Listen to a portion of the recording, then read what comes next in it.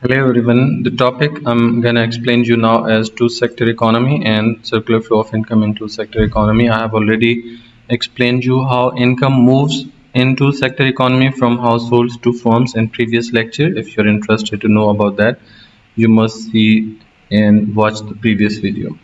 And in this video, I will be explaining that in two-sector economy, total national income is equal to C plus S, or we can write it as income is equal to C plus I.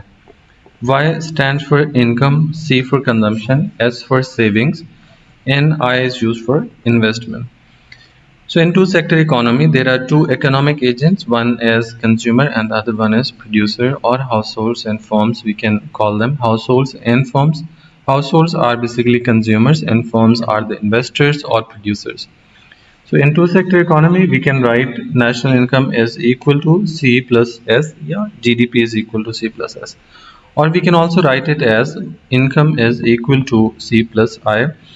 And here you can see that I have replaced S with I. We consider that saving is equal to investment, because whatever is invested in the business, that is saving. And for example, if an individual saves some money and in future he can invest that money into the business, even if he himself hasn't saved that money, but still that is saving of someone else. For example, when we get loans from financial institutions, it means we are getting loans from saving of someone. So in an economy, investment is equal to savings. So we will explain each and every concept one by one. So starting with the first component, that is C. C stands for consumption, and consumption is that part of income which is spent for day-to-day running expenditure, and it is denoted by capital C. Consumption is the function of income. Means consumption depends upon income, and if income increases, consumption will rise, and if income falls, consumption will also fall. So if income falls, consumption will also fall. We can write down consumption equation as C is equal to C naught plus Cy. In this case, C naught is autonomous consumption, and again this is not compulsory to write down C is equal to C naught plus Cy. You can use any other variables to write down this equation. For example, you can write consumption is equal to alpha plus beta y. So I have replaced C naught with alpha and small c with small b. And what you have to keep in mind is that consumption is divided into two parts. One is autonomous consumption. C naught is known as autonomous consumption, and autonomous consumption is that part of consumption which is fixed in nature. It does not change with the change in income. For example, if we have consumption function equal to 100 plus 0.2y, it means this 100 is constant value and it is autonomous. And if we want to make graph of autonomous consumption, then it will look like this. This is autonomous consumption, like fixed cost. For example, we have $100 autonomous consumption, then it is C naught. Whatever income we have, for example, we have zero income, autonomous consumption is 100. If income is Y1, still autonomous consumption is 100, and if income increases to Y2, autonomous consumption still remains the same. And then comes induced consumption, and induced consumption is denoted by CY. We call it induced consumption. Induced consumption is that part of consumption which is totally dependent upon income. If we have some income, then we will consume. If we don't have income, we will not be able to make this induced consumption. For example, as per the previous equation, in this equation you can see that induced consumption is 0.2y, which shows that whatever income we earn, we spend 0.2 of that extra income or additional income. So induced consumption is that part of consumption which is made out of income. If we don't have income, we will not be able to spend this amount of money. For example, if we draw a graph for showing just induced consumption, then it will start from origin point This is income, and on y-axis we have consumption, and this is induced consumption. For example, if income is zero, consumption will also be zero. So it starts from origin point. But if we draw a total desired consumption function, then it will look like this. What we have to do is we have to sum up these two graphs. Okay, this graph and this graph. If we add these two graphs, then we will get a consumption function like this. So this is positively sloped, and it contains both C naught and Cy, mean autonomous plus induced. Autonomous is this much, and this is because of it is moving upward because of induced consumption. So on y-axis we have consumption, and on x we have income. Then relevant concepts regarding consumption function are: consumption function need not to be a straight line always, as I have shown with straight line in this graph, but it is not compulsory that it will be always a straight line. It can be like this, increasing with increasing rate, or it can be increasing with decreasing rate. But in previous graph, it was increasing with constant rate. So if it increases with decreasing rate, then shape will be like this. And if it increases with increasing rate, then consumption function will look like this. Then comes average propensity to consume. Average propensity to consume is the ratio between consumption and income. So C over Y, or consumption over income, is equal to average propensity to consume. And if we translate this C into the entire consumption function, then it will be C naught plus Cy divided by Y. We can further translate it into C naught over Y plus Cy over Y. And now we can cancel out this Y with this Y, and we will get average propensity to consume C naught over Y plus small c. So this is average propensity to consume. We can consider some numerical example as well. For example, if we have some income, this is income, and we have some consumption, then we can find out average propensity to consume, which is consumption over income. C over Y. For example, if we have income equal to $100 and we are spending 10 out of this income, then average propensity to consume will be 10 over 100, and it will give us 0.1.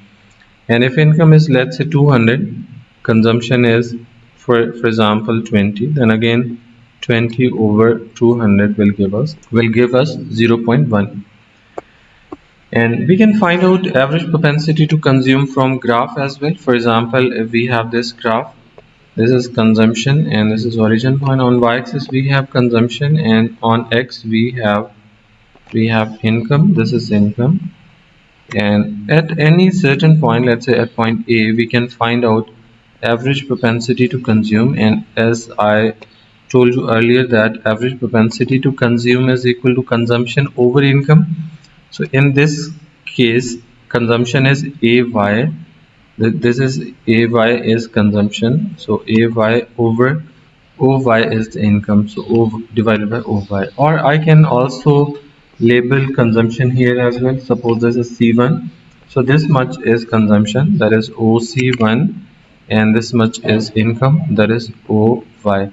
So you can write this perpendicular AY, or you can this perpendicular AY, or you can use this perpendicular OC1. Both are exactly same. Then comes marginal propensity to consume. Marginal propensity to consume is change in consumption over change in income. I mean, it is the additional consumption which we make out of additional income. For example, if we draw a chart for this, table for this, then let's say we have income, consumption, and then we can find out marginal propensity to consume. For example, income is 100 and consumption is, let's say, 10, and now income increases to 200 and consumption increases to, let's say, increases to 15, for example. So marginal propensity to consume will be change in consumption over change in income. So in this case, change in consumption is 5 and change in income is 100. So 200 minus 100 will give us 100. So 5 over 100 is equal to 0.05. So this is how we can find out marginal propensity to consume out of numerical example. And marginal propensity to consume shows how much consumption takes place out of one additional dollar earned by an individual. For example, if we have consumption function that was C is equal to C naught plus Cy, in this consumption function, this small c is also marginal propensity to consume. And I also took another example, numerical example as well, 100 plus 0.25, let's say. So this 0.2 shows marginal propensity to consume. So this is marginal propensity to consume. Another formula for marginal propensity to consume is marginal propensity to consume is equal to 1 minus MPS. Because marginal propensity to save, MPS stand for marginal propensity to save and MPC stand for marginal propensity to consume. So if we add marginal propensity to consume and MPS, then it will be equal to the total income, that is 1. So we can translate this equation into this equation to find out MPC. If we have to find out the value of MPC, then what we can do is we can just move MPS to the other side, as I have basically shown here. Because whatever we earn, we spend some money out of that income and we save some of the money. And if we add our consumption or spending and saving, then definitely it will be equal to 1, that is total income. Next comes how to find out marginal propensity to consume from a graph. For example, if we have this graph, this is consumption function. What we have to do is we have to just find out the slope of consumption function to find out marginal propensity to consume. And the formula to find out marginal propensity to consume is change in consumption over change in income. Means we need 2 points along the consumption function, for example point A and point B. Then we can find out slope of this consumption function. So we have to draw it perpendicular from point B to, let's say, point D, and we have to draw base from point A to D as well. So this base shows change in income because on X we have income, so from this to this is change in income, and on y-axis we have consumption, so perpendicular BD is change in consumption. Just put the value in formula. Marginal propensity to consume is equal to change in consumption over change in income, or you can replace these values. Change in consumption is BD and change in income is AD. So these are the values which can be plotted into this formula, and this will give us marginal propensity to consume. So these are the concepts relevant to consumption and consumption as the part of two-sector economy, and definitely it will move to the three-sector and four-sector economy as well.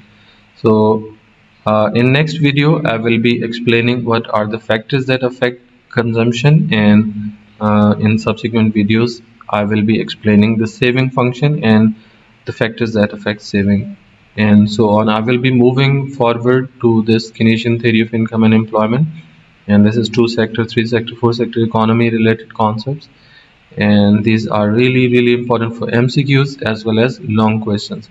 Long question from this chapter is really simple, but short questions or MCQs are really tricky. So in next videos I will also explain some MCQs relevant to this topic as well. So see you soon inshallah. Thank you.